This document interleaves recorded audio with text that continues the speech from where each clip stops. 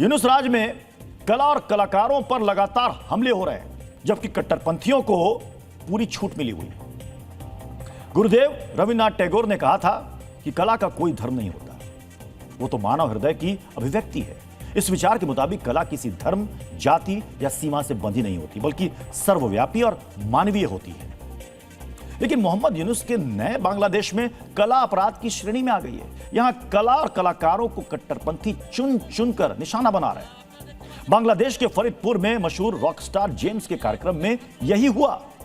एक स्कूल की सालगिरह के मौके पर आयोजित जेम्स के कॉन्सर्ट में अचानक कट्टरपंथियों की एंट्री हो गई। जेम्स के स्टेज पर आने से पहले ही कट्टरपंथी वहां पर पहुंच गए। इसके बाद उन्होंने वहां मौजूद दर्शकों को निशाना बनाना शुरू कर दिया। हालात पूरी तरीके से बेकाबू हो गए। सवाल यह कि क्या बांग्लादेश में अब सिर्फ कट्टरपंथियों की चलेगी? डीएनए मित्रों, अब आपको रॉकस्टार जेम्स के बारे में भी जानना चाहिए, जिनके कॉन्सर्ट में कट्टरपंथियों ने हंगामा किया।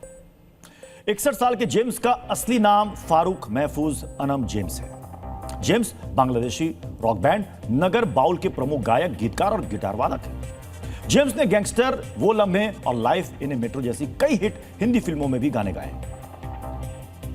डीएनए मित्रों, बांग्लादेश के कट्टरपंथियों ने अपने ही देश के गायक जेम्स के कॉन्सर्ट में हंगामा मचाया है। लेकिन ज्यादा दिन नहीं बीते जब इसी बांग्लादेश में पाकिस्तानी गायक आतिफ असलम ने कॉन्सर्ट किया था। उस दौरान कोई हिंसा नहीं हुई, कोई कट्टरपंथी हंगामा करने नहीं पहुंचा। 15 दिसंबर को ढाका के यूनाइटेड कन्वेंशन सेंटर में हजारों लोगों की मौजूदगी में आतिफ असलम ने कंसर्ट किया था। और ऐसा नहीं है कि बांग्लादेश में उस समय हालात ठीक थे। कट्टरपंथी उस्मान हादी को 12 दिसंबर को गोली मारी गई। उसके बाद से ही बांग्लादेश में अराजकता के हालात बने हुए थे। इसके बावजूद आतिफ के कार्यक्रम में कोई हंगामा नहीं हुआ। यहां सवाल उठता है कि क्या आतिफ के कंसर्ट में हंगामा इसलिए नहीं हुआ क्योंकि वो पाकिस्तानी है?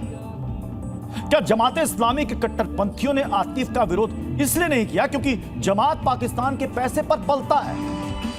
क्योंकि जमात के लिए बांग्लादेश से ज्यादा पाकिस्तान मायने रखता है।